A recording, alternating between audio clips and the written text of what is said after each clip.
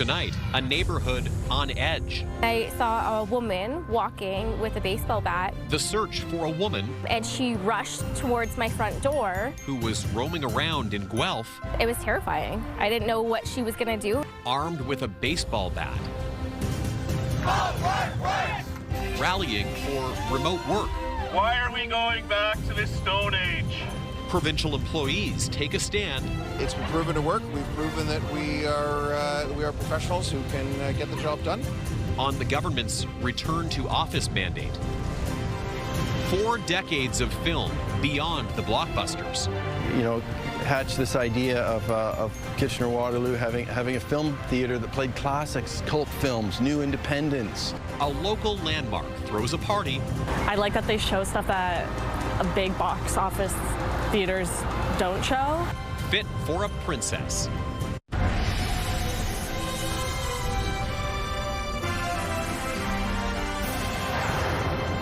Good evening and thanks for joining us. First, we begin in Guelph tonight, where residents of an East End townhouse complex are keeping their blinds shut and their front doors locked after police say a woman armed with a metal baseball bat went home to home last night, beating on doors and scaring people.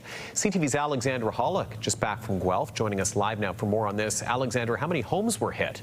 As far as we know at this point, Tony, only 2, but Guelph police believe there could be more victims as the suspect is still on the loose. Shanice Rouse says she was getting her 6-year-old son ready for bed Wednesday night when she heard someone yelling outside her Guelph townhouse. I looked out and I saw a woman walking with a baseball bat, and she kind of, I guess, saw me or heard me. She looked up and started yelling, "Now I know where you live, I'm coming to get you." Rouse says the woman lunged for her front door, which was unlocked. I just didn't know what was happening. All I saw was you running down the stairs at full speed, and I just heard banging on the door and you telling me to go upstairs. I locked it just as she was trying to open the front door, screaming and yelling all kinds of profanities. Rouse says she didn't know the woman or what she wanted. That's when she heard the metal bat smashing her metal door. It was terrifying. I didn't know what she was going to do. The damage was minimal, leaving only a couple of dents. But Rouse says her sense of security was left shaken. We had chairs against the door last night, and I slept on the couch with a bat. But Rouse's door wasn't the only one the suspect hit. Police say they also received a call from the same townhouse complex shortly after, just across the parking lot. Someone had come to his door, buzzed an intercom that he has there and demanded to be let inside. Of course, he didn't open the door, and the person, again, through unknown means, presumably with the bat, banged on the door a few times and then left the area. Police are searching for a suspect described as possibly being of Indigenous descent. She had a black ponytail and was wearing a beige cardigan at the time of the incident. In the meantime, they recommend residents lock their doors and look out for suspicious activity. Keep the door closed. If it's possible to look out, through a door or through a window, something of that nature, and get a description of the person, then certainly we do that. Back at the complex, Rouse says the cost of damage is minimal, but her family's safety is priceless. I will be making sure that the door is always locked. Even if it's not nighttime, the door will be locked. All the windows will remain locked. Guelph police are urging anyone who may have seen the suspect or sustained damage to their home to come forward or contact Crime Stoppers. Tony. Alexandra Hollick, thank you for that. Too close for comfort. Coyotes captured on security video, and it's far from the only incident. Tonight, people in Vaughan are sounding the alarm over fears that the encounters could escalate. CTV's Janice Golding reports. This surveillance video shows a coyote circling Leanne Shermish's dog Chico on a balcony to the rear of the house. Shermish had no idea at the time, but says she could hear her 6-pound Yorkshire Terrier barking. I decided to just have a peek out the window and see what was going on, and surely enough, I had a coyote standing right in front of the kitchen window. Shermish ran to make a commotion and scared the coyote off. Complete shock. I mean, I've heard of these stories a lot in the neighborhood, and I've heard them walking around, but I just never thought that they would make their way into the backyard. And Shermish isn't alone. As you can see, at a working session of council yesterday, there were close to 24 written complaints. Residents saying their pets have been killed and they're worried to walk their dogs or have their children walk to and from school. I and Animal Services here at Vaughan backs me up, believe that there are 2 to 3 problem animals in Thornhill that we need to deal with. The area hardest hit, Thornhill or Ward 5, where 240 of 368 coyote sightings have already taken place this year. That's up from 77 in 2023. The city adopted a coyote strategy in 2022 that focused on public education, but Ward 5's councillor wants the city doing more, moving a motion yesterday to have the city look into hiring licensed trappers. I believe that we need to hire the same type of qualified trappers that Toronto hired and humanely euthanize the problem animals. Councillor Gila Marto says people have to do their part, making sure they don't leave food out for coyotes, for example, which makes the animals more comfortable and bold. Coyote Watch Canada adds, it's important that residents really help one another, help the community at large and the city to wildlife proof their property, do a property audit, seal up fencing. Shermish says she enclosed her entire yard in fencing last year, but coyotes have made their way in multiple times. I just recently closed it with some chicken wire, but that's where they slip in from. And now, if Chico goes out alone, he's completely enclosed in a purpose-built cage designed to keep the coyotes at bay. And that report from CTV's Janice Golding. All right, time now to head outside for a first check on the weather. Alex Pinto standing by out on our patio. And Alex, I've got to address this because our viewers might have been able to hear it during our 5 o'clock show. That rain, that downpour was really intense just for a few moments at the beginning of the 5 o'clock hour. Looks like things have improved. Oh, things have definitely improved. Yeah, we definitely don't want one of these or need one of these anymore. We had it on standby just in case, but the good news, at least over us here in our studio, yes. So now we're seeing that sunshine return. Just a few clouds, the blue sky. But yes, during the 5 o'clock, if you joined us for that, we had quite the downpour, even roars of thunder. So yes, we were expected to see about a 30% chance in terms of coverage for some wet weather. And yes, it decided to pass right past of our station. So if you are in the Brantford area, Hamilton, so the GTHA, potentially you could be seeing some at the moment, or yeah, when we're looking at our satellite and radar map, expected to pass though. Just some scattered shower activity for some of us too. Even if you are just further south to the west, so Chatham-Kent potentially could have been seeing a little bit of wet weather as well. And when we look at current temperature-wise, it is still quite warm. Many of us sitting in the mid to upper 20s, feeling like the 30s with that humidex. So yes, we're going to take a closer look at how your Friday is looking and ahead of the weekend as we officially enjoy our final weekend of summer before officially welcoming fall on Monday. Tony. It's not far away. Okay, Alex, thank you very much. We'll see you back inside. Provincial employees took a stand today against the government's plan to force them back to the office. Thousands have signed a petition calling for a reversal of the decision so that they can continue remote and hybrid work arrangements. CTV's Queen's Park reporter Siobhan Morris has more. Hundreds of public sector workers spill out of office buildings near Queen's Park, pushing back on a plan that will see them in the office 5 days a week starting in January. Why are we going back to this Stone Age? While remote work became the norm during the pandemic, labor union AMAPSIO says their members have had flexibility to do it for 15 years. It's been proven to work. We've proven that we are professionals who can get the job done. Right now, public service employees are only required to be in the office 3 days a week. Last month, the Premier emphasized helping businesses that rely on commuters and the importance of being face-to-face. Everyone's more productive when they're at work, and how do you mentor someone over a phone? You can't. These boxes represent the 13,000 people AMAPSIO says have signed a petition telling Doug Ford he's wrong. Workers who have had flexibility to go in or work from home insist it's a better setup for the taxpayers who pay their salaries. When I work from home, I'm well rested and I can work longer. Actually means that I can do better work. I'm wasting less time commuting, less time having to take breaks. There's a feeling here of being insulted, disrespected by the return to office edict. Our members are angry and And we're here today to, tell the government, our employer, that this was unfair. Logistically, it's not going to work. Including what Amapsio says is a lack of appropriate space to work. I deal with confidential labor relations issues.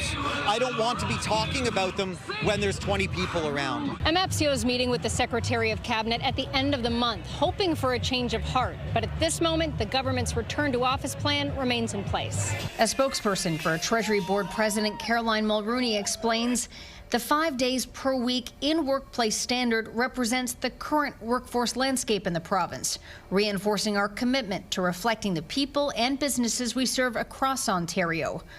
Workers do see value in being together. But there's value in letting people take care of their families. There's value in letting people get home immediately instead of spending 1, 2, 3 hours a day in commute. It means that we're better rested. It means we're energized and we're able to give our best every day.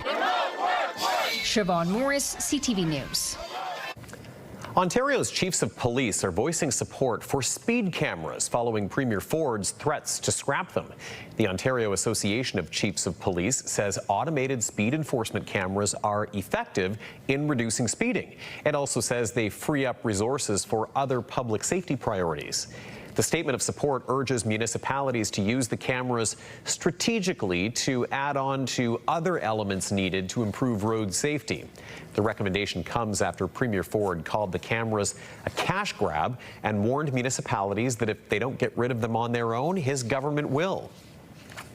Well, now to allegations of questionable testimony involving police officers. The revelations come after prosecutors pushed to convict a man of first-degree murder for running over a police officer in Toronto City Hall's Parkade. But new documents obtained by CTV News show prosecutors are now taking a different approach, highlighting the actions of the officers on the stand. CTV's John Woodward reports. Video evidence played at the trial of Umar Zamir showed the moments before the fatal crash that claimed the life of Constable Jeffrey Northrup in 2021 in the Toronto City Hall Parkade. But that video and the forensic evidence didn't match the testimony of the 3 officers who were with Northrup that night at Zamir's 2024 trial for first-degree murder. A mismatch so concerning that Justice Anne Malloy highlighted the jury must consider the possibility the officers had colluded to put an incorrect story on the stand, what Zamir's lawyer said was just a tragic accident. They got this far, and it was a few inches away, perhaps, from a wrongful conviction. That's pretty serious, because she thought it was just so far from everything that they'd heard in the case. At the time, Crown prosecutors pushed for a conviction. But now documents obtained by CTV News show that case was among more than 24 over a 10-year period that were flagged by the Crown. Crown policy requires they report it if a trial Crown becomes aware of credible and reliable information that an officer has been deliberately untruthful under oath. Of the 28 cases in the data, 8 involve the Toronto Police Service, 4 are from the OPP, 2 from Cornwall, Ottawa, and York region, and 10 from other forces or ones not identified in the data. The Crown policy is to refer these cases back to the police force where it happened. When we do have allegations of misconduct, we do take that very seriously. We investigate it. We cooperate with all investigations. In the Zamir case, the Toronto Police asked the OPP for a review and also is in the midst of doing its own review of its plainclothes rules. We haven't seen either of those 2 reports appear. Why is that? The investigation continues. 17 months, too long for John Sewell of the Toronto Police Accountability Coalition. Where are these reports? Come on now. These officers are still on the job. The Toronto Police Association says it continues to stand by its officers who went through a traumatic event and is eager for the OPP investigation to be completed. John Woodward, CTV News. Start your day in the know with the CTV Kitchener newsletter. We've got today's top stories, the latest forecast, and some must-see videos. Sign up at ctvnewskitchener.ca. A new home for a local hobby club that's been creating lasting connections. Coming up, CTV's Karis Map tells us about the new space that represents far more than just a woodworking shop. Some isolated showers for some, but that sun, at least outside of our studio here, is shining once again. We'll take a look at how your final weekend of summer is looking in your full forecast coming up a little bit later.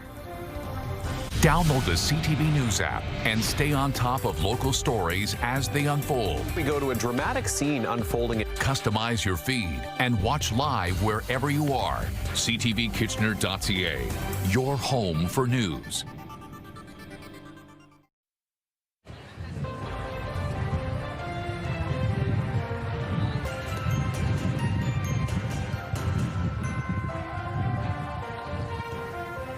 Hobbyists come for the projects, but stay for the connections. Members of KW's Woodworking Center are settling into a new location. CTV's Karis Mapp explains what drove them out of their old shop and why the move may have been for the best. It's back to business for members of KW's Woodworking and Crafts Center. The group was displaced from their Ottawa Street location because the city of Kitchener needed the land. That building was expropriated and we were forced to move. They're going to naturalize Snyder's Creek, and our building was very close. The move to Autonomy Drive in Kitchener proving to be a good thing. I'm glad that we've gone into a very much expanded space. We're now at about 7,000 square feet, whereas we had 5,300 at the old spot. With a lease set in stone for at least 13 years, members are also enjoying the new space. We just got here about 4 weeks now, I think, and I never thought it was going to be like this. This is beautiful. It's clean, it's high. To get more people involved, the volunteer-run group is planning an open house this weekend. There will be tours, refreshments, and an opportunity for members to sell their work. Like any event they host, all proceeds going to a good cause. Last year, we were able to raise $12,000, which went to various charities in the community. None of our product sales goes back to the club. Regardless of age or experience, anyone is welcome. I'm 93. We have 3 members in the 90s, but we have lots of new retirees, which are obviously much younger than I am. This young woodworker is still in her first week of trying out the craft. I came in knowing absolute zero, nothing. I don't even know what the bandsaw, what the safety procedures, nothing. But under the guidance of volunteers, she's already made some cool creations. If you were to add up the experience of all the people in the shop, you'll have over 100 years experience, and you have access to all of it. Coming for guidance and community. This is like a family here. It's, I would say 50% social, 50% work. You like to come in, you talk to the people, have coffee break with them, and you still get your work done, but you take your time doing it. We all come in with a smile, and hopefully we leave with a smile too. Karis Mapp, CTV News, Kitchener.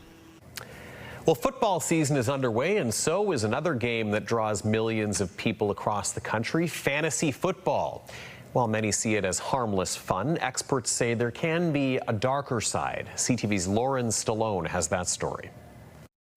The month of September might mark the end of summer, but it also means the start of fantasy football season. Sports is my way to escape and kind of break away, especially with the pressures from school. For Western University student Travis Mackay, fantasy football has allowed him to stay connected to the sports world. I am an avid sports fan. Throughout my entire life, I grew up playing sports, so it's been a key part about who I am. He says participating in the game is a great way to stay in touch with friends. Whether you're kind of making fun of them for how bad your team is or really being excited about how the team you follow is doing well, plus your fantasy team's going well, so it's always a good time. And while for Mackay, fantasy football is nothing more than friendly competition, mental health experts say the impact on an individual can be far from casual. Typically, when they're spending more time than they should gambling, their mood is dropping, so they might be feeling some more depression or some more anxiety. Health professionals say young people are especially vulnerable to addiction. Their brains are still developing up until around the age of 26. But for Travis, he reminds himself the goal is simple, to have fun. We all know what everyone's limitations are, and we don't want to really push those kind of boundaries. And I know people can and have experienced stuff where they've kind of gone past that limit, and that's where things kind of get wary. Lauren Stallone, CTV News. Now, we had a chance to have a conversation with the Guelph area's medical officer of health about the harms of sports betting and the connection with addictive behaviors in young people. You can watch that interview with Dr. Nicola Mercer and Leanne Evans over on our website, ctvnewskitchener.ca. Well, happening now in downtown Kitchener, the 42nd annual Take Back the Night rally and march. It aims to shatter the silence and inform the community about sexual assault. CTV's Jeff Pickle joining us now, live along Gaukel Street with more. And Jeff, the idea here is to be very loud and very visible. Yeah, absolutely, Tony. And that will be taking place a little bit later on when they do get a rally and march going, just kind of getting here and getting set up at the moment. But that idea you mentioned earlier about really breaking the silence, breaking the stigma, that's really a key focus here. Some of the data from Take Back the Night organization says 1 in 3 women worldwide will endure some type of sexual violence. Tonight is about supporting those survivors and making the community a safer place. Now, the march is organized by the Sexual Assault Support Center, but there are a number of other services and community groups here, along with supporters from the public. The goal is to end sexual and gender-based violence. Tonight there will be speakers and a workshop along with a march through downtown starting at 8. Organizers say a loud, visible presence is key to getting the message across. So having people show up, stand together, and loudly say, we won't be silent, we won't take this, hear our voice is really powerful, and it reminds people in the community that they're not alone and that survivors have a place to be heard and believed. Now, the workshop being held tonight is about bystander intervention, because the data shows that when people do see something happen in public, often, although we think we might act, all too often people don't act. So this is very important information about what to do if you see violence, sexual violence, anything in the street that may require some type of intervention. They'll teach you the tools here tonight. That's also starting at 8. Tony. Jeff Pickle live in downtown Kitchener. Jeff, thank you. Well, even before it rained this afternoon, there was a sea of umbrellas above King Street in Kitchener and Waterloo in support of the United Way. The annual March of 1,000 Umbrellas brought hundreds of people out to kick off the United Way of Waterloo Region Community's 2025 campaign. The organization provides funding for more than 100 agencies and programs across the region, which address needs that include housing, mental health, and hunger.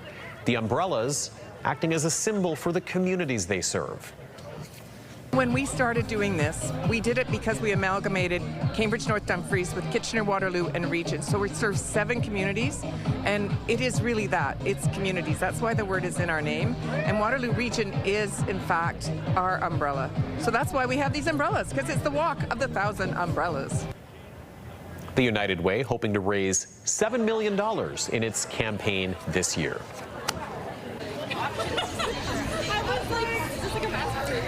And let's take another live look outside in downtown Kitchener, where the sun looks like it is trying to reappear once again, and in some cases has popped back out after that downpour that we got just over an hour ago, at least here in the Deer Ridge area of Kitchener, not far from the 401. We got poured on. Alex is back in just a couple of moments to update us on the long-range forecast. And also coming up, beyond the big blockbusters, a theater that's become a local landmark, marking a major milestone tonight.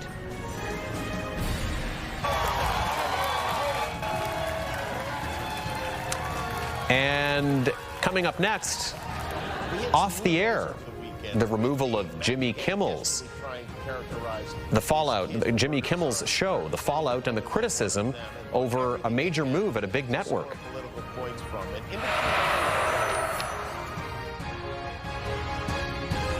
When you see it happen, send it to CTV News.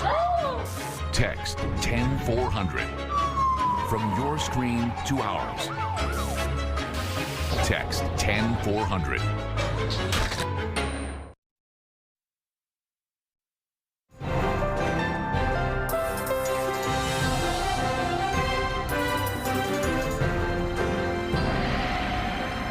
You're back inside, nice and dry, I see. Dry. Didn't get poured on? No, we were wondering, okay, is it going to hit us or not? Because we were seeing about a 30% chance. Of course, during the 5 o'clock show, if we were chatting a bit about that before, you would have heard it, at least even when we were in the studio here, it was loud. That rain heavy at times too. And of course, this is a classic thing with timing in television. Yes. It happened exactly while we were on the air, only for the A block at 5 o'clock, and then it stopped when we went to commercial break. And right when we started weather too. Quite a downpour. Yeah. It packed quite a little punch. And you did say we could see some wet weather this week. Boy, you weren't kidding. No, some of us at least could as well. So the good news, though, short-lived, because even outside of our studio here now, we were seeing nice blue sky, that sun still shining, and even many areas. Downtown Kitchener also seeing a little bit of rain. But as we take a live look outside from Victoria Park in Kitchener, yes, maybe some rain a bit earlier. Again, short-lived, a downpour, a little bit of thunder roaring as well. But now we're seeing some nice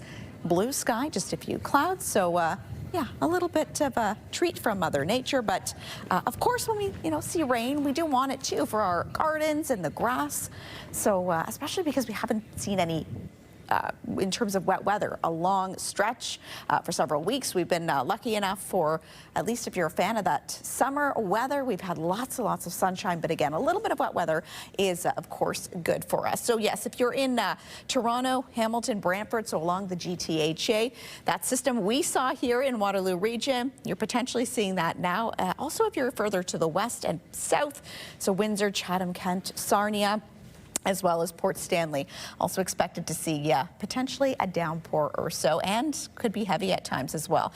Getting into the later evening, for us at least, conditions should clear up. We should be in for just a little bit of cloud cover, and a bit of cloud cover to start your day for Friday. But then by the afternoon, 1 o'clock or so, that sun should be shining in the sky as we officially welcome. Yeah, we're in the final weekend of summer, believe it or not, and we're going to say hello to fall officially on Monday. But yes, it's still feeling like summer out there. Many of us sitting in the mid-20s, but with that humidex, feeling more like the 30s for some of us. About a half hour ago, it was feeling more like 30 here in Kitchener-Waterloo, feeling closer to 29 now. But if you're in Hamilton, London, feeling more like 31 with the humidex there this hour. So we did hit our high of 27 degrees. That was around 1 o'clock or so this afternoon. So definitely above seasonal for this time of year. We should be sitting around the 19-degree mark. Record high 32. That was set back on this day in 1955. And then on this day, 1943, we saw an overnight low of just -2. So a lot chillier compared to the 10 degrees we're expected to see overnight tonight. And that sun, officially setting before 7:30 p.m. So we're definitely feeling those days getting shorter and shorter. So partly cloudy conditions as we get into your overnight hours. Fog patches, though, expected to develop as we get into your overnight. But of course, by the morning, excuse me, that should dissipate and then expected to clear. So we could be in for a little bit of that cloud cover like we saw on our futurecast there to start the day. But getting into the afternoon, that sun should be shining in the sky. And a high tomorrow, 22 degrees expected. So for the next few days, so once that cloud does clear for your Friday, looks like we're going to be in for some sunshine for your Saturday, and expected high of 18 degrees. So we're going to be feeling like it's more seasonal for this time of year. Before a little bit of cloud cover is expected to roll in for your Sunday, and for Lambton, Kenton, Essex, mainly cloudy for you. Also daytime highs definitely above seasonal, sitting in the mid-20s.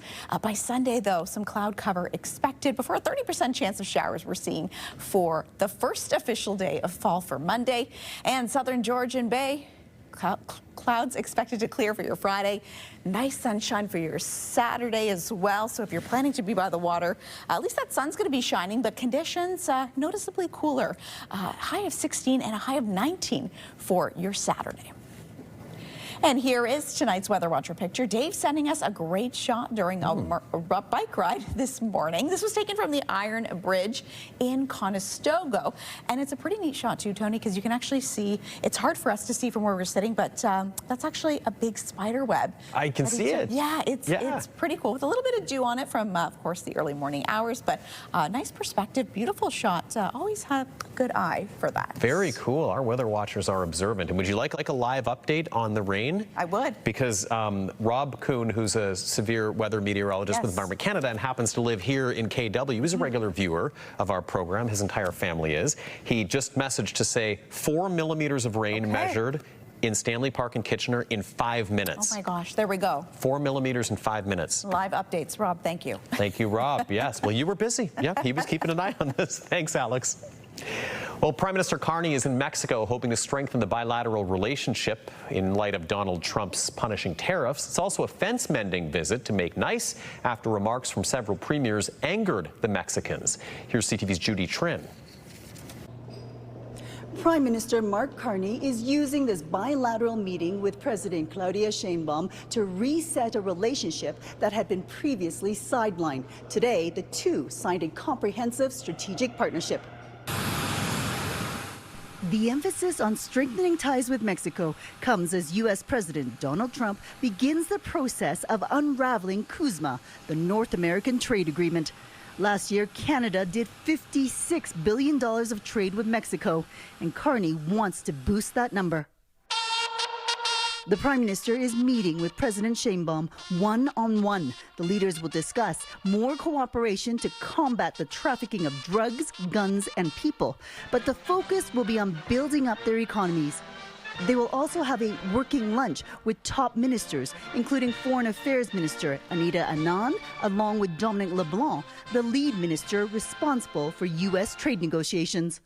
While the leaders talk about increasing trade with each other, it will be a conversation in the context of Trump's desire for a new North American deal. They will be discussing their approach to the possible renegotiation of the CUSMA, but I think they're going to walk a careful balance in that they don't want to appear to be ganging up on the United States on this. After their 4-hour meeting wraps up, the Prime Minister will hold a reception for Canadian business leaders who want to expand into Mexico. Judy Trin, CTV News, Mexico City.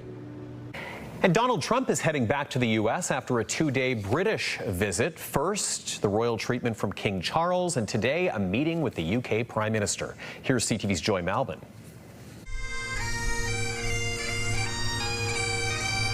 The U.S. president arrived at the British Prime Minister's country estate.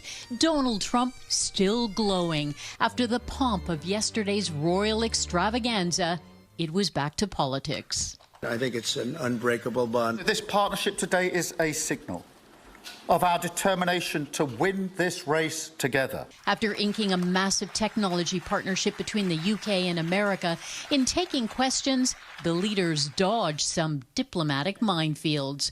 Asked about Britain's plan to recognize a Palestinian state, Trump simply said, I have a disagreement with the Prime Minister on that score. And that was that. On the question of Ukraine, after Trump's peace effort with Vladimir Putin fizzled out, some of Trump's strongest words yet. He's let me down. He's really let me down. You thought you were going to have an easy time or a hard time, and it turns out to be the reverse. But still resisting more sanctions on Putin, at odds with Britain's Prime Minister, who pushed Trump to go further. Putin has shown his true face, mounting the biggest attacks since the invasion began. And one of the thorniest questions about convicted pedophile Jeffrey Epstein haunting the president even here. The scandal also involves the just-fired British ambassador to Washington, Peter Mandelson. I don't know him, actually. I had heard that. The British Prime Minister couldn't help but smile, managing to contain the often unpredictable president while strengthening ties between two nations. After one of the largest royal rollouts for a U.S. president, some British commentators praised the state visit as a diplomatic coup. Others not so kind. Joy Malvin, CTV News, London. Now, the fallout of late-night talk show host Jimmy Kimmel being pulled off the air indefinitely. ABC affiliates are being accused of capitulating to pressure. The U.S. president is now calling for other late-night hosts to be canned. Here's CTV's Heather Wright. The controversy all stems from comments late-night host Jimmy Kimmel made on his show on Monday. We hit some new lows over the weekend with the MAGA gang desperately trying to characterize this kid who murdered Charlie Kirk as anything other than one of them and doing everything they can to score political points from it. Kimmel went on to criticize Donald Trump's mourning of Kirk, pointing to the president's answer when asked how he was holding up. I think very good. And by the way, right there, you see all the trucks? They've just started construction of the new ballroom for the White House. Kimmel's comments were slammed by many on the right, including the chair of the Federal Communications Commission, who issued an unsubtle threat to ABC and its affiliates, implying broadcast licenses could be at risk if they did not take action against Kimmel. Nexstar, an ABC affiliate that is trying to merge with another group and will need FCC approval, was the first to yank Kimmel. ABC followed suit shortly after. Trump and his allies seem to want to shut down speech that they don't like to hear. ABC is not the first to acquiesce to pressure from the White House. CBS settled a lawsuit over a 60 Minutes interview that coincided with a merger between its parent company Paramount and Skydance. CBS has also announced plans to cancel The Late Show with Stephen Colbert, a move the network says was due to costs. Today, Trump downplayed freedom of speech concerns, calling Kimmel's ouster a business decision. You can call that free speech or not. He was fired for lack of talent.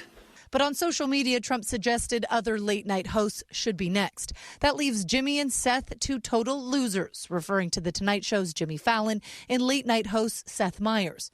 Do it, NBC. In Ottawa, the Bloc Québécois leader declined to directly weigh in on the controversy, but paraphrased the philosopher Voltaire. I profoundly disagree with what you say, but I will fight to the end for you to have the right to say it. And while Jimmy Kimmel has not been officially fired, it's not clear when or if he will return to his show. Heather Wright, CTV News, Toronto. Might have noticed some lower gas prices today. Coming up next, what this seasonal switch is expected to mean in the days to come.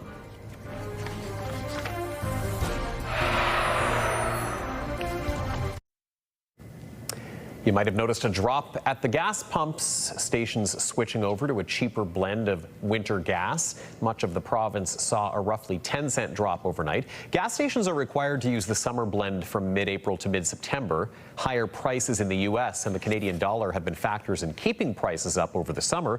Dan McTagg, the president of Canadians for Affordable Energy, says it looks like there could be another 1 to 2 cent drop in the price at the end of this week. All right, time to check in with Leanne Evans for a look at our top stories. Leanne, a woman armed with a metal baseball bat beat on some doors in a Guelph neighborhood last night, causing quite a scare. Yeah, very much so, Tony. And police are still looking for a suspect tonight as well. At least 2 townhome doors near Auden and Eastview were damaged. Police believe there could be more victims. The suspect, believed to be Indigenous with a black ponytail and was wearing a beige cardigan at the time. One woman we spoke with says her door was struck several times and she saw the whole situation go down. It's left the neighborhood on edge. Residents in Vaughan are voicing concern over coyotes in the city, saying the situation is out of control. Video from a driveway surveillance camera shows a pack of coyotes seeming to fight over something on the ground. At first, there are 3, but then at least 5 more join in. The problem seems to be most concentrated in the Thornhill area of Vaughan.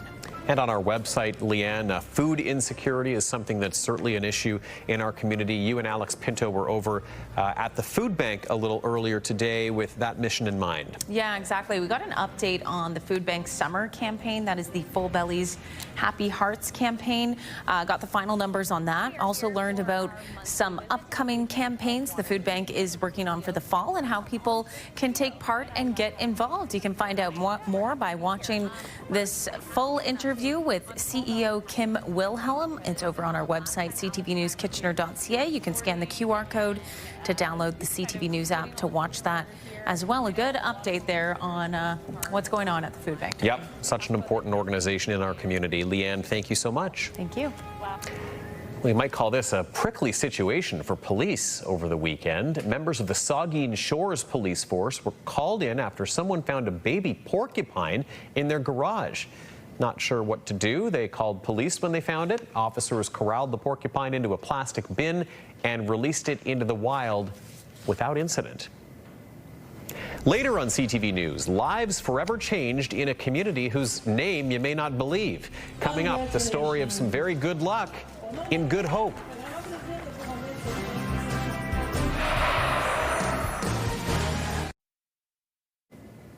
In Uptown Waterloo tonight, they're partying like it's 1985. A local landmark, Princess Cinema, is celebrating a milestone anniversary with a block party and a screening of the kind of film they're known for showing, a real classic. CTV's Heather Centerin now on the history of this independent art house cinema. The original Princess Cinema on Princess Street turns 40 years old. Our tickets in 1985 were $2.75 a ticket. And John Tutt would know. He's the founder of the iconic art house cinema in Uptown Waterloo. Well, I started it when I was a wee little 25-year-old back in 1985. You know, hatched this idea of Kitchener-Waterloo having a film theater that played classics, cult films, new independents. The 90s was a great time for the theater, averaging about 100 people a show at the original spot. Expanding was a no-brainer. We bought a building across the street on King Street and added 2 more screens so that we could play bigger films in that theater, bigger open-ended runs. And audiences have just dug us from the get-go. Local movie buffs say the Princess Twin is a unique experience like no other, providing a more intimate experience. I like that they show stuff that a big box office theaters don't show, and it's just like it has its own personal style that I really enjoy. Hanging in the halls of the original theater are program guides from years past that laid out the schedule. That's the way we marketed back in those days, no internet. The one from September 1985 shows the first screening ever was Casablanca, and that's what they're showing to celebrate the anniversary. After that, we're going to be hosting an outdoor screening right on this very street, Princess Street here, of another classic film by Jonathan Demme, and that's the concert film Stop Making Sense that features the band Talking Heads. How people take in movies has changed over 4 decades. Hey John, you know VHS is coming. You're going to go out of business. I'd hear all that. Oh, Blu-rays are coming. No, oh no, you're going to go out of business. No, the streaming, it made it a little bit tighter. And so as a programmer of events, bringing in movies, classics and things like that, you have to be a little bit smarter to rise above the noise of what's streaming and what people can do. No matter what challenges come along, staff say grab your popcorn and drinks as Princess Cinemas is here to stay. Heather Centerin, CTV News, Waterloo. Standing the test of time. Gotta love that. Congratulations to them. More news in a moment. First, over to Alex. Hopefully you weren't caught in the rain a little bit earlier. Many of us still in that mid to upper 20 range, feeling warmer with that humidex out there. We'll take a look at how your Friday morning is looking in Wake Up Weather coming up.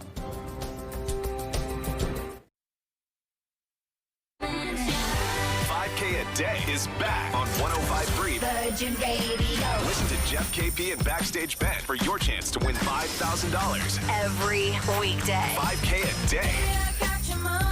Virgin Radio.